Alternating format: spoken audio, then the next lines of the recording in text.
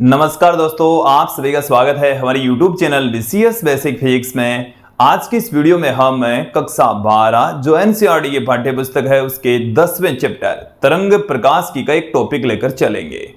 आज का जो हमारा टॉपिक है वो है यंग का द्विरेखा छिद्र प्रयोग। इसे हम द्विझिरी प्रयोग या द्विस्लिट प्रयोग भी कहते हैं। इस वीडियो में हम इस एक्सपेरिमेंट के बारे में संपूर्ण जानकारी लेंगे। साथ में हम देखेंगे कि जो काली और चमकीली फ्रिंजें यहां पर हमें प्राप्त होती है उनकी चौड़ाई का व्यंजक। अब इस टॉपिक को स्टार्ट करते हैं।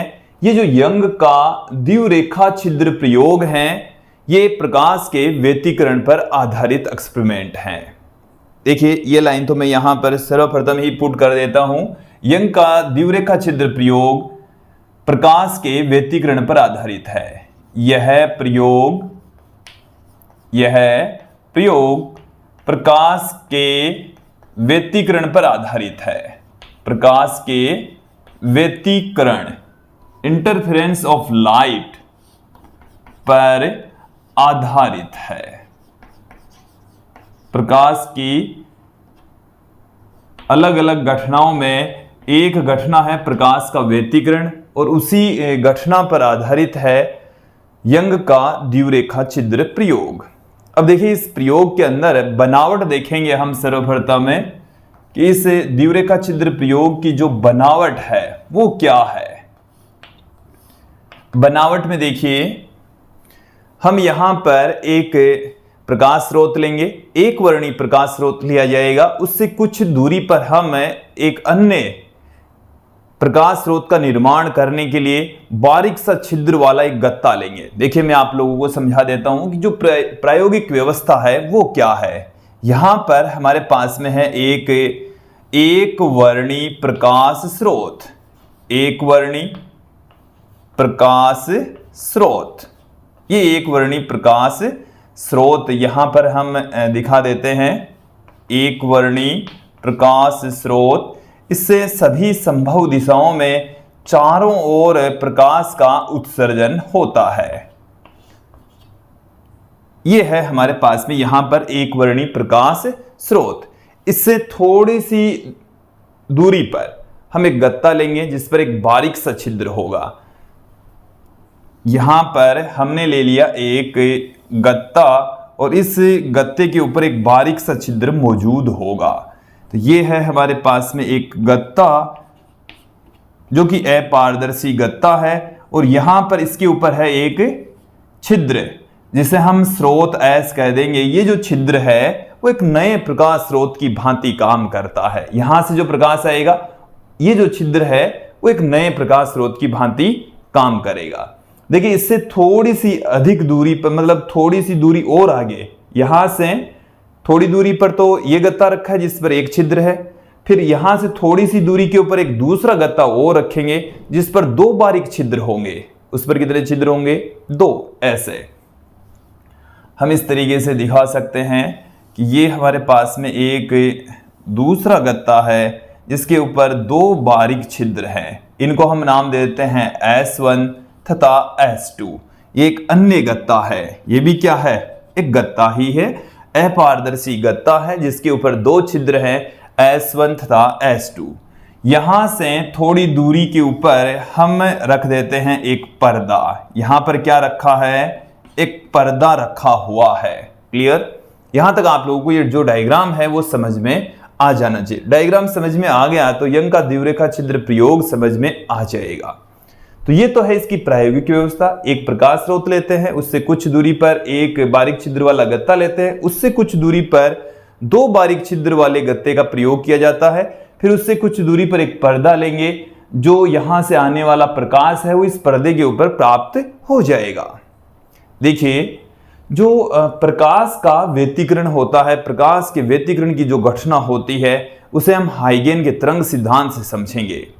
हाइगेन का तरंग सिद्धांत हमें यह कहता है कि जो प्रकाश है वो तरंगागर के रूप में संचरित होता है और तरंगागर एक ऐसा पृष्ठ होता है जिस पर प्रकाश की जो तरंगें हैं वो एक समान कला में, एक समान निधि में कंपन करती है, एक समान कला में उपस्थित होती है।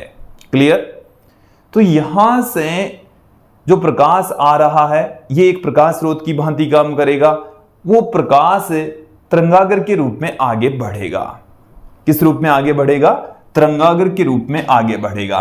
तो देखिए जो तरंगाग्र है उसको मैं इस तरीके से दिखा रहा हूं, एक बिंदुवत प्रकाश स्रोत की भांति काम करता है। तो यहां से जो तरंगाग्र निकलेगा वो एक गोलीय तरंगाग्र होगा। कैसा तरंगाग्र होगा? गोलीय तरंगाग्र होगा। तो ये मैंने एक कंटिन्यूअस लाइन दिखाई है जो कि गोलीय तरंगाग्र का ही एक हिस्सा है। उसके ऊपर इस कंटिन्यूअस लाइन पर सभी प्रकाश तरंगें श्रृंग की स्थिति में है। कौन सी स्थिति में? श्रृंग का मतलब है जैसे हमारे पास में कोई प्रकाश की किरण होती है तो ये श्रृंग और गर्त, ये तो होता है श्रृंग और ये होता है गर्त। तो श्रृंग और गर्त, तो हम यहां पर इस श्रृंग को कंटिन्यूअस लाइन से दिखाएंगे। एक कंटिन्यूअस लाइन के जरिए हम श्रृंग को दिखाएंगे और गर्त को हम दिखाएंगे डॉटेड लाइन से। गर्त को किससे दिखाया जाएगा? डॉटेड लाइन से दिखाया जाएगा। इसका मतलब है जो तरंगाग्र है वो ऐसे आगे बढ़ रहा है, पहले श्रृंग आ रहा है, फिर गर्त आ रहा है, फिर ये प्रकाश किरण के अंदर फिर से श्रृंग आएगा, फिर से क्या आएगा? श्रृंग आएगा, तो फिर बाद में कंटिन्यूअस लाइन आएगी, फिर डॉटेड लाइन आएगी। तो ऐसे ही यहां पर प्रकाश संचरित होता है। मैं अब आप लोगों को समझा रहा हूं इसकी कार्यविधि, ये कैसे काम करता है, कैसे हमें पर्दे पर तरंगे प्राप्त होती है। चलिए और आगे बढ़ते हैं। इसके पश्चात ये डॉटेड लाइन हमने यहां पर आप लोगों को दिखाई है। फिर इसके डॉटेड लाइन का मतलब ये श्रृंग हो गया, ये गर्त हो गया, फिर बाद में क्या आएगा? फिर इसके पश्चात हमें प्राप्त होगा फिर से श्रृंग, फिर इसके पश्चात गर्त बनेगा, फिर इसके पश्चात क्या बनेगा? गर्त बनेगा। फिर गर्त के बाद में कंटिन्यूअसली चलता रहेगा, श्रृंग गर्त, इस तरीके से ये कंटिन्यूअसली चलता रहेगा। क्लियर? तो ये एक तरंगाग्र के रूप में श्रृंग गर्त, इस तरीके से जो प्रकाश है वो आगे बढ़ेगा। क्लियर? यहां तक समझ में आ गया? अब ये जो तरंगाग्र है वो इस गत्ते से आकर टकराएगा, ये इधर आगे बढ़ता बढ़ता इस S1 से टकराएगा और इधर भी आगे बढ़ता बढ़ता इस S2 से जाकर टकराएगा। तो ये जो S1 और S2 है बारीक छिद्र है, दोनों बिल्कुल पास पास में हैं, नए प्रकाश स्रोतों की भांति काम करेंगे। देखो एक ही प्रकाश स्रोत है, उससे हमने दो प्रकाश स्रोत प्राप्त कर लिए, दोनों एक वर्णी प्रकाश स्रोत हो गए, दोनों बिल्कुल पास पास में हैं और दोनों से जो प्रकाश की किरणें बाहर निकल रही है वो एक ही दिशा में आगे बढ़ रही है। तो दोनों प्रकाश, इस स्रोत से और इस स्रोत से निकलने वाली जो प्रकाश की किरणें हैं, तरंगाग्र हैं, वो आपस में मिलकर नई तरंगों का निर्माण कर लेगा जिसे हम पर्दे पर प्राप्त करेंगे। तो यह है व्यतिकरण की घटना। क्लियर? थोड़ा सा और देख लेते हैं कि यहां से जो प्रकाश उत्सर्जित होगा वो तरंगाग्र के रूप में, S1 तथा S2 से जो प्रकाश उत्सर्जित होगा वो किस रूप में उत्सर्जित होगा? तरंगाग्र के रूप में ही उत्सर्जित होगा। तो देखिए तरंगाग्र को हम ऐसे दिखा रहे हैं, ये हमारे पास में एक श्रृंग है, फिर इसके पश्चात आएगा, श्रृंग के पश्चात आएगा गर्त। तो गर्त को हम इस तरीके से दिखा रहे हैं, ये हमारे पास में गर्त हो गया, फिर श्रृंग आएगा ऐसे, तो श्रृंग गर्त के रूप में आगे बढ़ेगा, श्रृंग गर्त, इस फॉर्म में हमारे पास में जो प्रकाश की तरंगे हैं, देखो यहां से हम दिखा देते हैं, ये इस तरीके से हम इसको भी दिखा देते हैं। ये वाला प्रकाश स्रोत थोड़ा सा हम नीचे ले लेते हैं ताकि हम आसानी से बेटर तरीके से समझ सकें। इनके बीच में हमारे पास में होता है ये एक गर्त, ये इसमें इस तरीके से हमने दिखा दिया। ये समझने के हिसाब से हमने इनकी डिस्टेंस थोड़ी सी ज़्यादा दिखाई है, वैसे ये बिल्कुल पास पास में है, मिलीमीटर की डिस्टेंस पर ये मौजूद होते हैं। अब देखो ये ऐसे ही श्रृंग गर्त के रूप में आगे बढ़ेंगे। इधर से भी जो प्रकाश चलेगा वो श्रृंग गर्त इस रूप में आगे बढ़ेगा। बट इसका तरंगाग्र और इसका तरंगाग्र अब यहां पर मिलना प्रारंभ हो चुके हैं। जब वो दोनों आपस में मिलते हैं तो क्या होता है वो समझने वाली बात है। तो ये यहां पर अब मिलना इनका प्रारंभ हो चुका है। तो देखो यहां पर दोनों के गर्त मिले हैं और ये इसका श्रृंग और इसका गर्त मिला है। फिर यहां से देखेंगे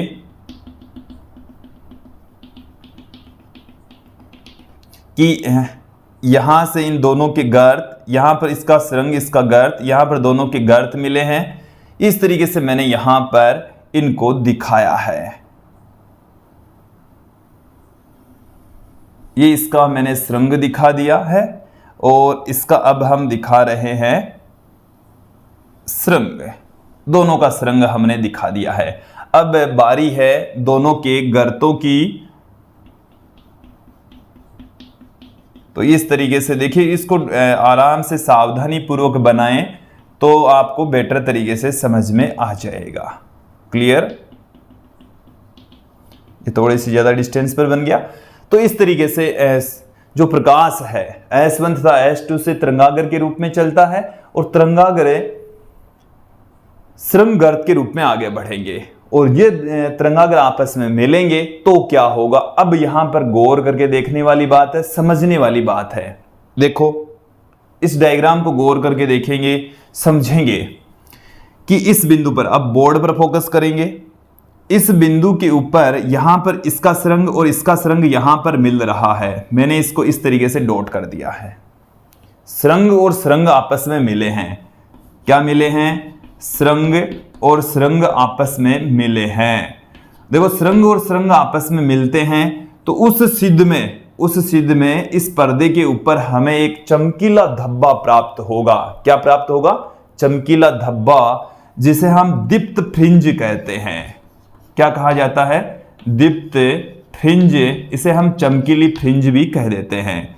और गर्त जब आपस में मिलते हैं तो भी चमकीली या दीप्त फ्रिंज प्राप्त होती है। तो गर्त मिल जाओ, चाहे सुरंग मिल जाओ, दीप्त फ्रिंज या चमकीली फ्रिंज यहां पर हमें प्राप्त होगी। क्लियर? देखो दो, ऐसा क्यों? सुरंग का मतलब हो गया दोनों एक समान कला में ही आपस में मिल रहे हैं, कि इसका सुरंग और इसका सुरंग मिल रहे हैं तो दोनों एक ही समान कला में है। एक समान कला में जब तरंगे आपस में मिलती है तो वहां पर संपोषी व्यतिकरण होता है और संपोषी व्यतिकरण के अंदर तीव्रता बढ़ जाती है। और जब तीव्रता बढ़ गई इसका मतलब है हमें चमकीला धब्बा प्राप्त होगा। कैसा धब्बा प्राप्त होगा? चमकीला धब्बा। तो इस सिद्ध में इन दोनों की वजह से चमकीला धब्बा बनेगा। अब देखो इसका ये वाला गर्त और इसका ये वाला गर्त यहां पर मिल रहे हैं, तो इन दोनों के मिलने से भी, गर्त और गर्त के मिलने से भी संपोषी व्यतिकरण होगा, चमकीला धब्बा बनेगा। और इसका ये कंटिन्यूअस लाइन, ये भी कंटिन्यूअस लाइन, तो ये एक समान कला में मिल रहे हैं, ये भी एक समान कला में मिल रहे हैं। और जब ये तरंगे एक समान कला में आपस में मिलती है और परिणामी जो तरंग है वो हमें पर्दे पर यहां पर प्राप्त होती है, तो पर्दे पर यहां पर हमें एक चमकीला धब्बा मिलेगा। यहां पर क्या मिलेगा? एक चमकीला धब्बा प्राप्त होता है, जिसे हम चमकीली फ्रिंज कहते हैं। क्लियर? ब्राइट फ्रिंज कहेंगे। अब देखो इस फ्रिंज के ठीक ऊपर नीचे वाली स्थिति को आप लोग अब देखेंगे कि यहां पर बोर्ड पर फोकस करिए कि ये एक डॉटेड लाइन है, ये कंटिन्यूअस लाइन है, ये यहां पर मिल रही है दोनों। इसको मैंने यहां से इस तरीके से दिखाया है, ये दोनों यहां पर मिली है। और फिर देखो इसकी ये कंटिन्यूअस लाइन और इसकी डॉटेड लाइन ये भी यहां पर मिली है, इसकी कंटिन्यूअस लाइन, इसकी डॉटेड लाइन ये भी यहां पर मिली है। और इन सब के आपस में मिलने से हमें पर्दे पर एक काली फ्रिंज प्राप्त होगी, काला धब्बा प्राप्त होगा। क्यों? क्योंकि इसकी कंटिन्यूअस मिलती है तो इसकी डॉटेड, इसकी कंटिन्यूअस तो इसकी डॉटेड, मतलब दोनों एक दूसरे की विपरीत कला में होती है। कंटिन्यूअस लाइन शो करती है सुरंग को और डॉटेड लाइन शो करती है गर्त को। जब सुरंग और गर्त आपस में मिलेंगे, सुरंग और गर्त आपस में मिलेंगे तो क्या होगा? काली फ्रिंज प्राप्त होगी, जिसे हम अदीप्त फ्रिंज कहते हैं। इसे क्या कहा जाता है? काली लाइन हमें दिखाई पड़ेगी, जिसको हम काली फ्रिंज या अदीप्त फ्रिंज कह देते। एक लाइन दिखती है और उसी को ही फ्रिंज कह रहे हैं। क्लियर? देखिए यहां पर भी एक ये कंटिन्यूअस लाइन है, ये डॉटेड लाइन से मिलती है, ये डॉटेड लाइन है कंटिन्यूअस लाइन से मिलती है, कंटिन्यूअस लाइन डॉटेड लाइन से मिलती है। और इन सब के आपस में मिलने पर यहां पर हमें एक काला धब्बा प्राप्त होगा, जिसको हम इस सिद्ध में चमकीला धब्बा बनेगा। इस सिद्ध में काला धब्बा, इस सिद्ध में भी काला धब्बा प्राप्त होगा। इसी प्रकार से इसके ठीक ऊपर अब देखो, इसके बाद में फिर से हमें ये एक समान कला में ये सरंग मिल रहे हैं, ये गर्त मिल रहे हैं। इन सब के मिलने से हमें यहां पर फिर से चमकीली फ्रिंज प्राप्त होगी। यहां पर भी इन सब के आपस में मिलने से हमें एक चमकीली फ्रिंज प्राप्त होगी। तो देखिए चमकीली फ्रिंज को मैं ऐसे व्हाइट कर रहा हूं, ये मैंने चमकीली फ्रिंज को दिखाया है। ये यहाँ पर भी हमने चमकीली फ्रिंज बना दी है। फिर देखो कंटिन्यूअसली होगी, ये चमकीली फ्रिंज, काली फ्रिंज, फिर चमकीली फ्रिंज कंटिन्यूअसली होगी और इनकी चौड़ाई भी समान होगी। इनकी चौड़ाई भी क्या होगी? समान होगी। चौड़ाई का व्यंजक हम यहाँ पर प्राप्त कर लेंगे। तो देखिए यहाँ पर हमारे पास में एक चमकीला धब्बा बनेगा, जहां पर सरंग आपस में मिल रहे हैं या गर्त आपस में मिल रहे हैं, उस सिद्ध में तो बनेगी चमकीली फ्रिंज। ये क्या है? चमकीली दीप्त फ्रिंज। और जहां पर सरंग और गर्त आपस में मिल रहे हैं वहां पर बनेगी डार्क फ्रिंज, जिसे हम अदीप्त फ्रिंज कह रहे हैं। और देखो कंटिन्यूअसली होगी, क्रमागत होगी। तो यहां पर चमकीली, फिर डार्क, फिर चमकीली। तो यहां पर अब की बार क्या आएगी? इसके पश्चात डार्क आएगी, डार्क के बाद में फिर चमकीली आएगी। तो ये डार्क आ गई, फिर ब्राइट आ गई। यहां पर डार्क आ गई, फिर आ गई ब्राइट, फिर आ गई डार्क, फिर इसके पश्चात आएगी हमारे पास में ये डार्क आ गई, फिर ब्राइट आ गई, फिर डार्क आ गई। ऐसे ही कंटिन्यूअसली चलेगा। तो इनको हम कहते हैं व्यतिकरण फ्रिंजें। इन्हें क्या कहा जाता है? व्यतिकरण फ्रिंजें इनको कहा जाता है। क्लियर? तो ये व्यतिकरण की घटना से हमें दीप्त और अदीप्त फ्रिंजें प्राप्त होती है, काली और चमकीली फ्रिंजें प्राप्त होती है।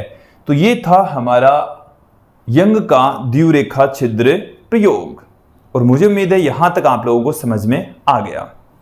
अब देखिए हम इसी एक्सपेरिमेंट में ये देखेंगे कि ये जो दीप्त फ्रिंज है इसकी चौड़ाई कितनी होती है, या जो काली फ्रिंज है इसकी चौड़ाई कितनी होती है। दीप्त और अदीप्त फ्रिंजों की हम चौड़ाई अब यहां पर फाइंड आउट करने वाले हैं। इनकी चौड़ाई कितनी होगी, यहां तक आप लोगों को अच्छे से समझ में आ गया होगा।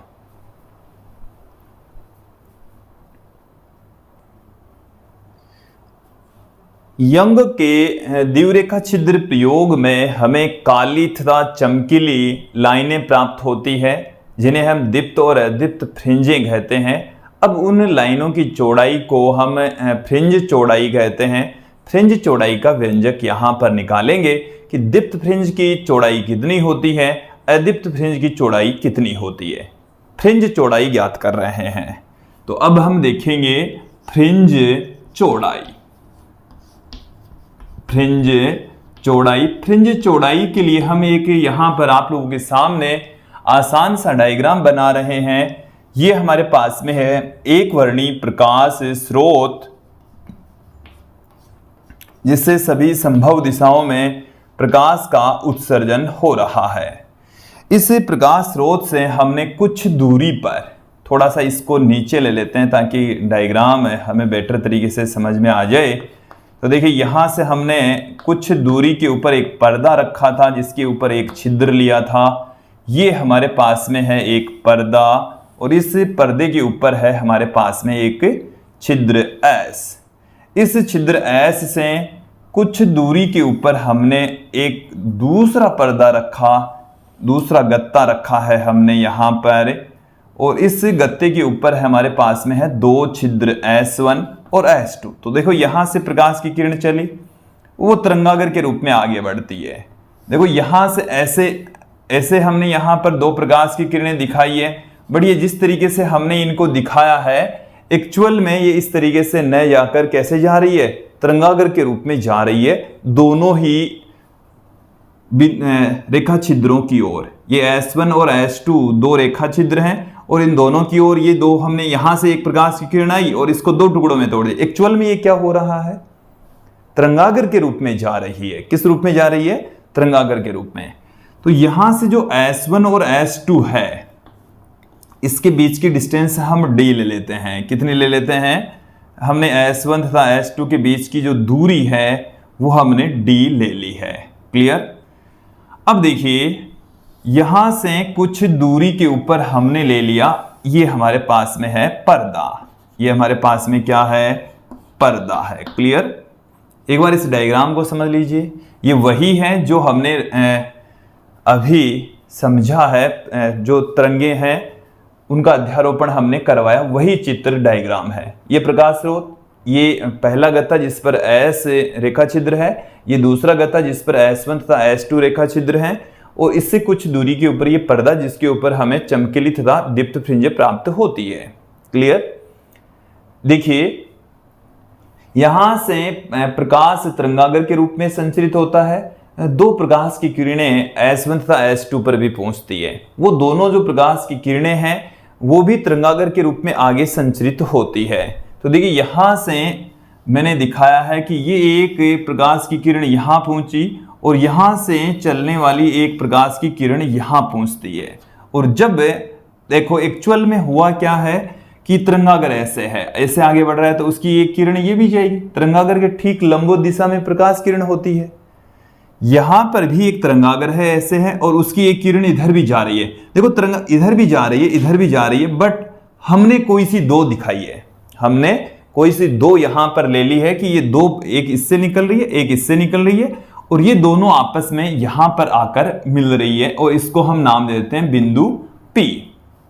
देखो कुछ जो वैल्यूज है, डिस्टेंस है, मैं यहां पर पुट कर देता हूं कि इन दोनों रेखा छिद्रों के मध्य की दूरी तो है स्मॉल d, और रेखा छिद्रों की पर्दे से जो दूरी है वो है कैपिटल D, और इसके मध्य बिंदु O से ये ओडेस की जो दूरी है वो कैपिटल D, ओडेस से जो बिंदु P है इसकी डिस्टेंस हमने ले ली है y, कि जो मध्य बिंदु है वहां से y दूरी पर एक बिंदु P स्थित है जिस पर हमें एक फ्रिंज प्राप्त हो रही है। वो हो सकती है बिंदु P पर चमकीली फ्रिंज हो, और हो सकती है वहां पर काली फ्रिंज हो। दोनों पॉसिबिलिटीज हैं, दोनों हो सकता है, चमकीली भी हो सकती है वहां पर और काली फ्रिंज भी हो सकती है। क्लियर। इतना डायग्राम एक बार समझ में आ जाना चाहिए। एक बार फिर से समझेंगे क्या है कि यहां पर हमारे पास में है एक प्रकाश स्रोत, उससे कुछ दूरी के ऊपर एक बारीक रेखा छिद्र वाला हम गत्ता रखते हैं, उससे कुछ दूरी पर दो बारीक रेखा छिद्र वाले गत्ते को रखा जाता है, और उससे कुछ दूरी के ऊपर हम पर्दा रखते हैं जिस पर हमें चमकीली तथा काली फ्रिंजें प्राप्त होती है।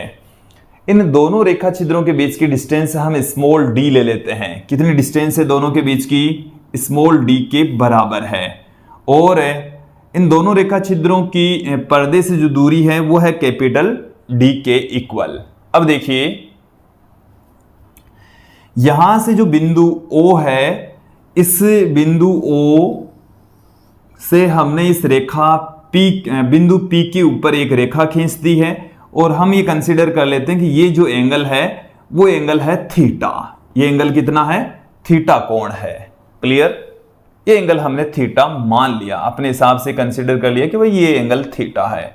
अब देखिए कि S1 से चलने वाली जो किरण है, ये यहां से चलने वाली जो किरण है वो यहां S1P दूरी तय करती है, S2 से चलने वाली जो किरण है वो S2P दूरी तय करती है। तो दोनों की जो पथों की लंबाई है उनमें भी अंतर आ जाता है, और उसे हम कहते हैं पथांतर। उसे हम क्या कहेंगे, पथांतर। अब देखिए जो पथांतर है, यदि S1 से इस S2P के ऊपर, S2P के ऊपर मतलब S2P ये रही, इसके ऊपर हम क्या डाल दें, लंब डाल दें। तो लंब डालने के पश्चात जो डिस्टेंस, इस बिंदु को नाम देते हैं हम A, तो S2A है वो यहां पर दोनों तरंगों के मध्य का पथांतर होगा। S1 से चलने वाली और S2 से चलने वाली तरंगों के मध्य का पथांतर कितना है, S1 व S2 से चलने वाली, S1 व S2 से चलने वाली तरंगों के मध्य, तरंगों के मध्य पथांतर, पथों की लंबाई में अंतर, जिसे हम पथांतर कह रहे हैं, वो हमारे पास में आ जाएगा S2A।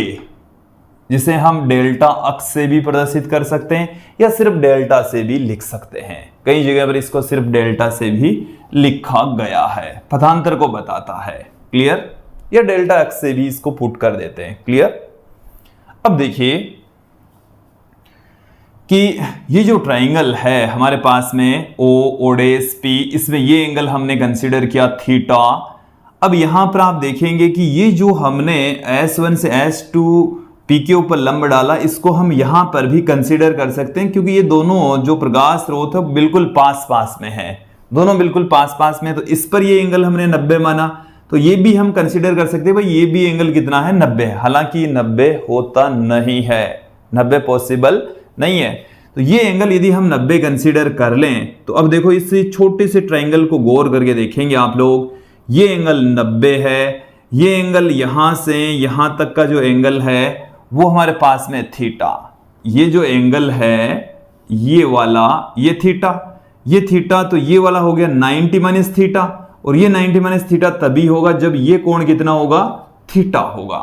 ये हमारे पास में एंगल आ चुका है S1 S2 A जो ट्राइंगल है उसमें S2 S1 A वाला ये जो एंगल है वो थीटा प्राप्त हो चुका है, थीटा हमें मिल चुका है। क्लियर? तो देखिए यहां पर हम दो ट्राइंगल लेंगे, एक O ओडेस P और दूसरा ट्राइंगल हम लेंगे S1 S2 A, और यहां से हम दोनों ही त्रिभुजों से थीटा की वैल्यू फाइंड आउट कर लेंगे। देखिए पहले हम ले रहे हैं त्रिभुज हमने ले लिया है O ओडेस P से। तो इस त्रिभुज O ओडेस P, इसमें मध्य बिंदु से बिंदु P पर हमें एक फ्रिंज प्राप्त होती जो कि ओडेस से y दूरी पर प्राप्त होती है। तो ये हमें डिस्टेंस पता है, इस वाली डिस्टेंस का भी हमें पता है। तो हम एक ऐसा त्रिकोणमितीय संबंध यहां पर यूज में लेंगे जिसमें लंब और आधार आए, तो वो tan थीटा होता है। वो क्या होता है, tan थीटा। तो लंब तो यहां पर कितना है, O डेस P, और आधार कितना है, O ओडेस। तो ओडेस जो P है वो तो है y, और O ओडेस है हमारे पास में कैपिटल D। इसी प्रकार से हम देखेंगे ये जो त्रिभुज है S1 S2 A से, तो इसमें हमें ये फतांतर और ये हमारे पास में कर्ण हो गया। तो साइन थीटा हम यहां पर लगा देंगे जो कि क्या होता है, लंब। तो थीटा के सामने वाली भुजा तो हो गई लंब S2A, और कर्ण यहां पर हो गया S1 S2। फतांतर को हम डेल्टा अक्स से पुट कर दें या सिर्फ डेल्टा से भी लिख सकते हैं। S1 S2 ये हो गई दोनों छिद्रों के बीच की डिस्टेंस, इसको हम D से लिख दें। और जब थीटा अत्यल्प होता है, जब थीटा क्या हो, बहुत छोटा होता है, तो साइन थीटा को हम थीटा लिख सकते हैं, टेन थीटा को भी थीटा लिख सकते हैं। जब थीटा क्या हो, थीटा अति अल्प हो, थीटा बहुत छोटा हो, बहुत छोटा होता है, तो टेन थीटा को क्या लिखा जा सकता है, थीटा लिखा जा सकता है। साइन थीटा को भी क्या लिखा जा सकता है, थीटा लिखा जा सकता है। दोनों को हम थीटा के इक्वल पुट कर सकते हैं। जब दोनों को थीटा के इक्वल पुट करेंगे तो हमें क्या मिल जाएगा, यहां से देखिए, यहां से हमें मिल जाएगा थीटा बराबर y अपोन में d, तथा थीटा बराबर मिल चुका है डेल्टा अक्स अपोन में कैपिटल स्मॉल d। दो d है यहां पर, कैपिटल D है इन दोनों के बीच की डिस्टेंस, और स्मॉल d है दोनों छिद्रों के बीच की डिस्टेंस। अब दोनों थीटा को हम इक्वल पुट कर देते हैं तो हमें क्या मिल जाएगा, हमें मिल रहा है यहां पर y अपोन में d बराबर डेल्टा अक्स अपोन में स्मॉल d, और यहां से y बराबर हमें क्या मिल जाएगा, y बराबर हमें मिल चुका है delta x into capital D upon small d। ये हमारे पास में एक सूत्र आ चुका है जो कि हमें ये बता रहा है कि जो मध्य स्थिति है वहां से जो फ्रिंज प्राप्त हो रही है वो कितनी दूरी पर प्राप्त हो रही है, y डिस्टेंस पर प्राप्त हो रही है, जहां डेल्टा अक्स दोनों प्रकाश किरणों में फतांतर, कैपिटल D छिद्रों के पर्दे से दूरी, स्मॉल d दोनों छिद्रों के बीच की दूरी होती है। क्लियर? अब यहां पर हम बात करेंगे कि जो चमकीली फ्रिंज है उसकी चौड़ाई कितनी होती है। चमकीली फ्रिंज की चौड़ाई देखिए, सबसे पहले हम ज्ञात करेंगे चमकीली फ्रिंज की चौड़ाई। चमकीली फ्रिंज की चौड़ाई, फ्रिंज की जो चौड़ाई है उसको हम बीटा से लिखेंगे। किससे लिखेंगे? बीटा। और चमकीली फ्रिंज की चौड़ाई को बीटा दीप्त से पुट कर देंगे। किससे पुट कर देंगे? बीटा दीप्त से। देखिए विद्यार्थियों, जब चमकीली फ्रिंज बनती है वो तभी बनेगी जब संपोषी व्यतिकरण होगा। और संपोषी व्यतिकरण के अंदर पथांतर क्या होता है? देखिए, पथों की लंबाई में अंतर संपोषी व्यतिकरण के अंदर कितना होगा? संपोषी व्यतिकरण के अंदर डेल्टा अक्स बराबर होता है एन लेमड़ा। एन लेमड़ा के तुल्य होगा। जब पथांतर 0, लेमड़ा, 2 लेमड़ा, 3 लेमड़ा, 4 लेमड़ा इस तरीके से होता है तो संपोषी व्यतिकरण होता है। कौन सा व्यतिकरण होगा? संपोषी व्यतिकरण होगा। क्लियर? तो यहां पर हम जैसे मान लीजिए एनवीं फ्रिंज बनती है तब तो पथांतर होगा एन लेमड़ा। पथांतर क्या होगा? N lambda. एनवीं फ्रिंज के लिए यहां से देखिए, एनवी फ्रिंज की ओडेस से दूरी, एनवी फ्रिंज की ओडेस से दूरी, एनवी फ्रिंज की ओडेस से दूरी है। दूरी को हम लिख रहे हैं y से। किससे पुट कर रहे हैं? y से पुट किया जा रहा है। तो एनवी फ्रिंज की जो दूरी है उसको y n से पुट कर देंगे। और यहां पर क्या आ जाएगा? डेल्टा n का मान आ गया एन लेमड़ा कैपिटल D बट्टे में स्मॉल d। ये एनवी फ्रिंज की दूरी आ गई। कौन सी फ्रिंज की दूरी आ गई है? एनवी। यदि हमें n+1वीं फ्रिंज की दूरी भी पता हो तो वो क्या हो जाएगी? n+1वीं फ्रिंज की दूरी। देखो हम क्या करेंगे, n+1वीं फ्रिंज की दूरी निकाल लेंगे, फिर nवीं फ्रिंज की दूरी निकाल देंगे। n+1वीं फ्रिंज की दूरी में से nवीं फ्रिंज की दूरी घटा देंगे तो हमारे पास में फ्रिंज की चौड़ाई आ जाएगी। या आप ऐसे भी कर सकते हैं, n-1वीं फ्रिंज की दूरी निकाल लो, फिर उनका अंतर निकाल लो, एक ही बात है। तो n+1वीं फ्रिंज की ओडेस से दूरी, फ्रिंज की ओडेस से दूरी। अब की बार हम n+1वीं फ्रिंज ले रहे हैं तो पथांतर क्या होगा? n+1 लेमड़ा होगा। yn+1, यहां पर अब की बार पथांतर आ गया n+1 लेमड़ा। ये कैपिटल D पढ़ाई है, स्मॉल d पढ़ाई है। क्लियर? यहां तक समझ में आ गया होगा। अब देखिए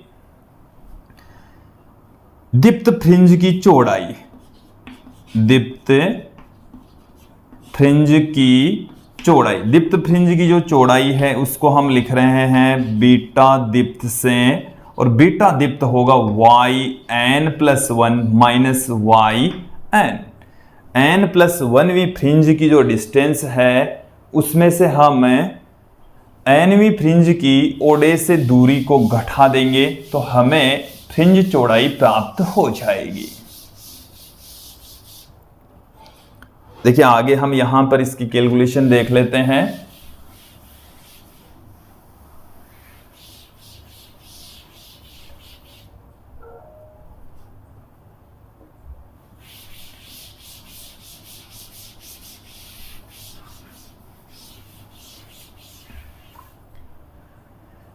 देखिए yn+1 और yn दोनों की वैल्यू पुट कर दीजिए। बीटा दीप्त हमें मिल रहा है, बीटा दीप्त बराबर क्या निकल कर आएगा? yn+1 की वैल्यू देखिए n+1 lambda into capital D बट्टे में स्मॉल d माइनस yn की वैल्यू है n lambda into capital D बट्टे में स्मॉल d। तो देखिए यहां से इसको गुणा कर दे तो n lambda into capital D बट्टे में स्मॉल d। 1 से जब गुणा हो जाएगा तो लेमड़ा इंटू कैपिटल D बट्टे में स्मॉल d।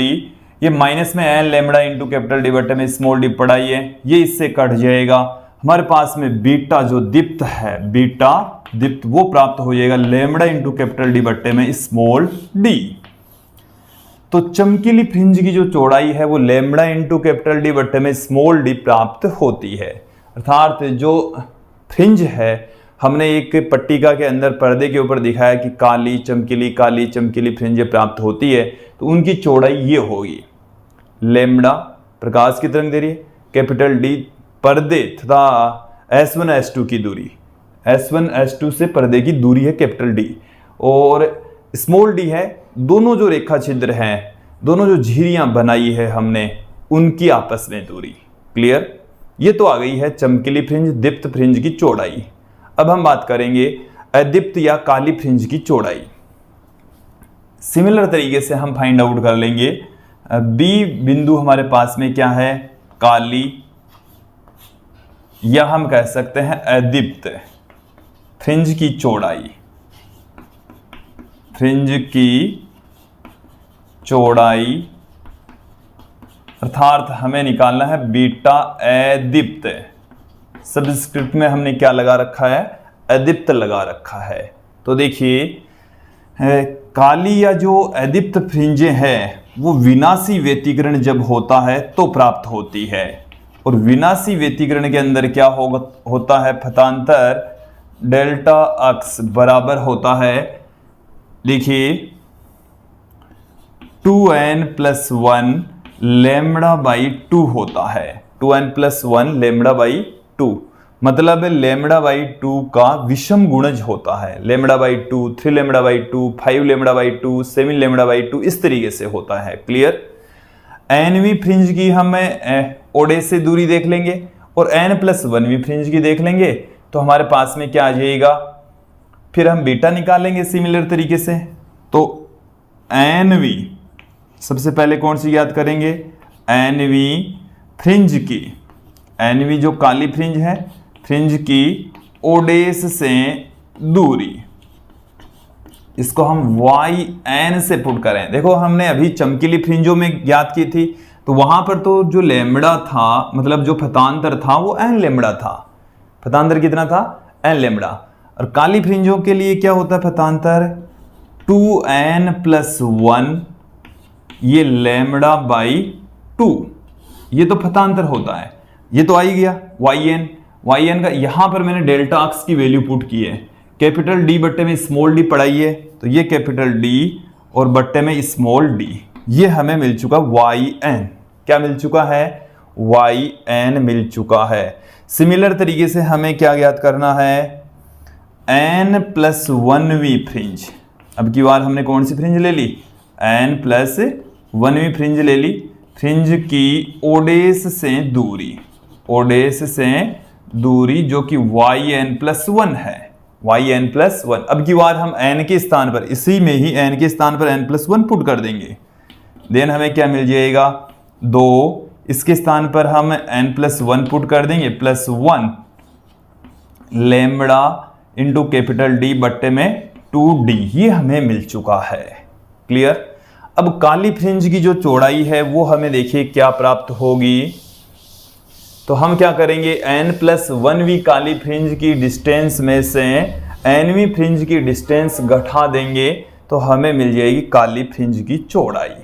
काली फ्रिंज की चौड़ाई हमें प्राप्त होने वाली है। तो बीटा अदीप्त क्या प्राप्त हो रहा है? देखिए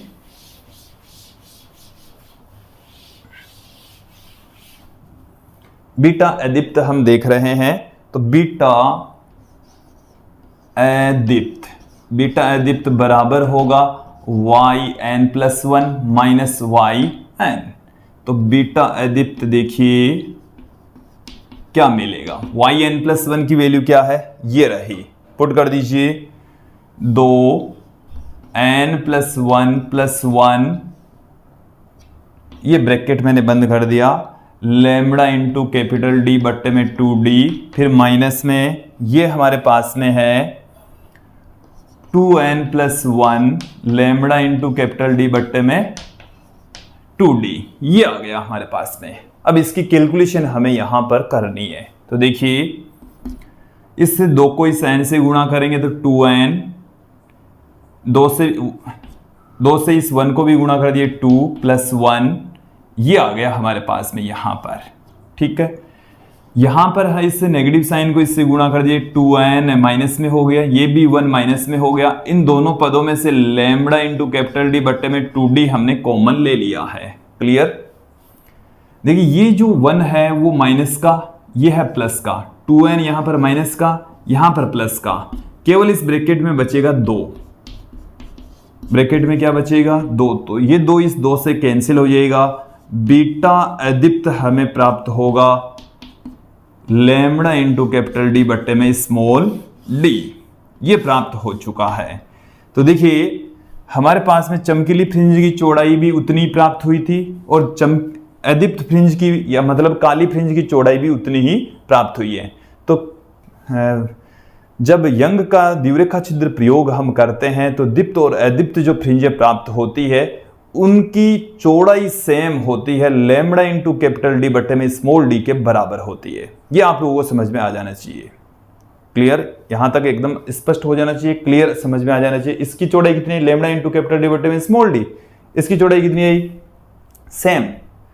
तो बीटा दीप्त और बीटा अदीप्त दोनों सेम होती है, बीटा दीप्त बराबर होती है बीटा अदीप्त के, दोनों सेम होती है। क्लियर।